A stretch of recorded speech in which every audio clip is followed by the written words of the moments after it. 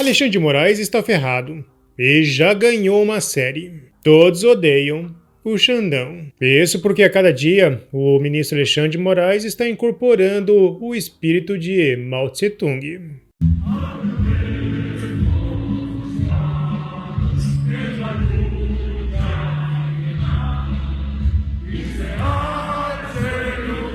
Ou para os tempos modernos, Xi Jinping. E sim, ele já instalou uma central de monitoramento do cidadão. E com direito ao grande irmão da obra 1984. Bom, isso é para assustar. Não pouco, mas muito. Logo no início da obra 1984, de George Orwell, já temos a descrição do grande irmão.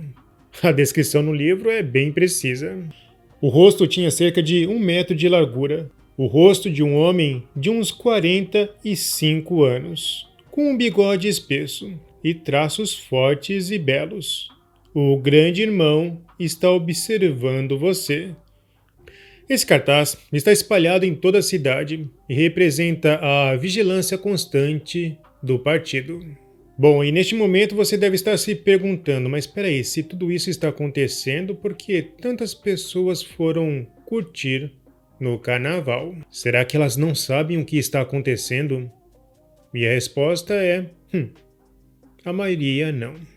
O que estamos vendo agora é uma etapa mais visível, para alguns, de um processo que está acontecendo há mais de 30 anos. Mas reforçar aqui que a vigilância permanente é a última etapa. E tudo começa com uma fase invisível, lenta e destruidora. Aos poucos, a atuação do partido promove a relativização dos valores mais básicos de uma população. Valores conservadores se perdem e são substituídos por outras causas que favorecem o partido. Aqui o partido consegue segregar. Divisão é lucro, pois pequenos grupos começam a trabalhar em prol do partido. E por ideologia, sem receber nada. Talvez no máximo um sanduíche de mortadela. Depois temos a normalização de pequenas distorções éticas. E agora o partido começa a relativizar conceitos básicos. Você é pobre porque é negro. Você não é um bandido, é uma vítima da sociedade branca. E é claro, nunca é culpa do Estado por oferecer uma péssima educação. Bom, e a próxima etapa é a polarização, pois se tem um grupo que está crescendo financiado pelo Estado, há outro que precisa reagir em igualdade. Senão, vira ditadura. Ou assim é melhor. Na segunda e terceira etapa, muda-se a língua e a história. E aqui tudo começa a ficar nebuloso. Nessa etapa, conceitos básicos são deturpados. E de repente, crítica vira fake news ou desordem informacional. Manifestações que terminam em vandalismo viram golpe de Estado. E perseguição política vira defesa em nome da democracia. E com a sociedade anestesiada, tudo é possível. Como, por exemplo, um juiz ser vítima, delegado e investigador. E tudo ao mesmo tempo. E aqui temos a próxima etapa, a ampliação de poderes, entre aspas, temporários. Enfraquecimento de freios e contrapesos, judicialização seletiva. A legalidade permanece, mas adapta a novo centro de poder. Na prática, cria novas conexões e desvia-se os canos. E chegamos ao quinto passo, o famigerado quinto passo. Temos monitoramento formal ou informal, cultura do medo social, punições exemplares. A repressão não precisa ser massiva, basta ser visível. E quando a exceção ou a excepcionalidade viram regras, é difícil reverter. Isso porque o dinheiro do Estado começa a alimentar todo o sistema.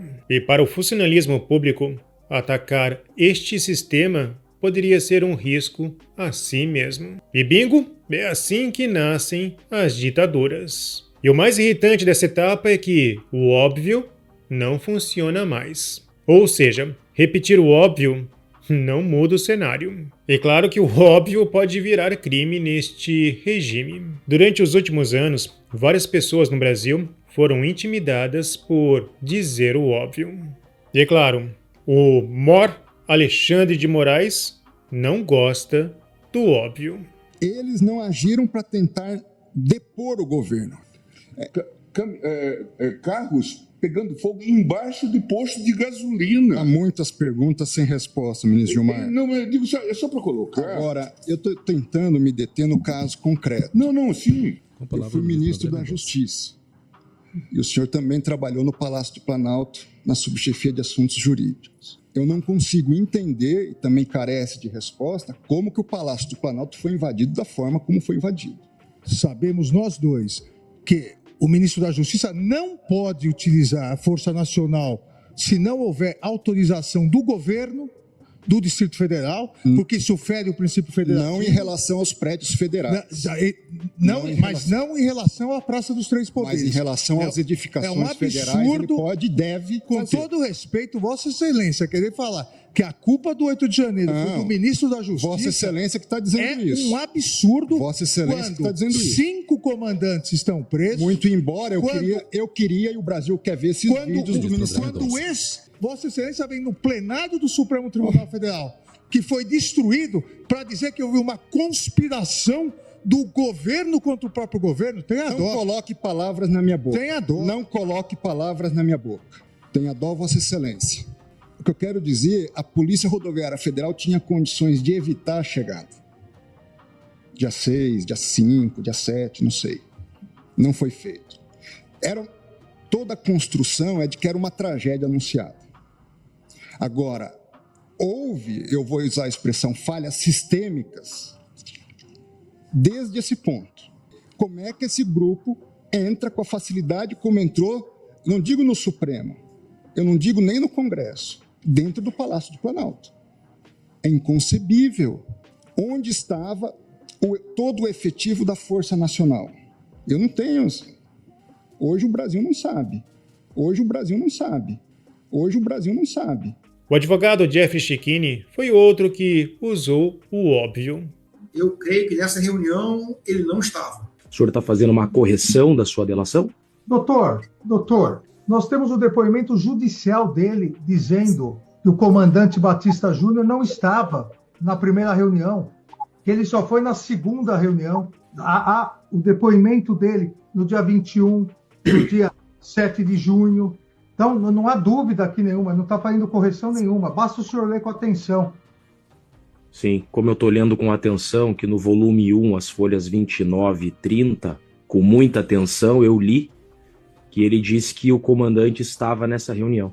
Então o senhor... leia os dois depoimentos judiciais na presença... Não, é que 2 depoimentos judiciais não foi escrito, né, excelência? Foi oral no momento que ele está sendo interrogado. Eu quero saber da delação homologada e não do interrogatório. Ele está corrigindo a delação homologada. Não, doutor, ele está reafirmando que não estava presente. Ponto.